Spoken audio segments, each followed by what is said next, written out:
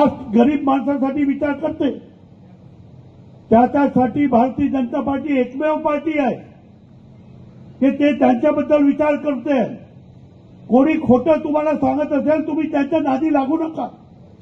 आणि मी जे सांगतोय, तुम्ही 30-35 वर्षापासून मला 4दा निवडून दिलं, 3दा आपल्या आमदार साहेबांना निवडून दिलं। हे मी सांगतोय ते आपण करतायत, त्यामुळे तुमचं कुठलाही नुकसान झालं नाही।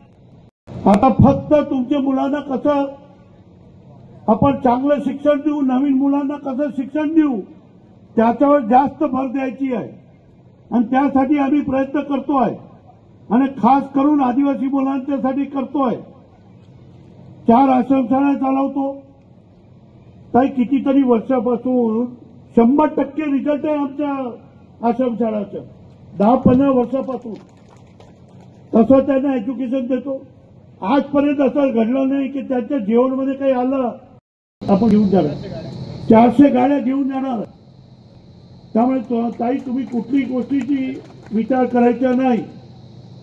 तुम्ही आमची महान काही डोक्यात असेल तर ते काढून टाकायचं। काही आम्ही तुमच्या कुठलाही कोणी एक माणूस तुम्हाला असं सापडणार नाही की आमच्या कार्यकर्त्याने दुसरं काहीतरी सांगितलं। आम्हाला चांगलं वातावरण या तालुक्यामध्ये ठेवायचं आहे।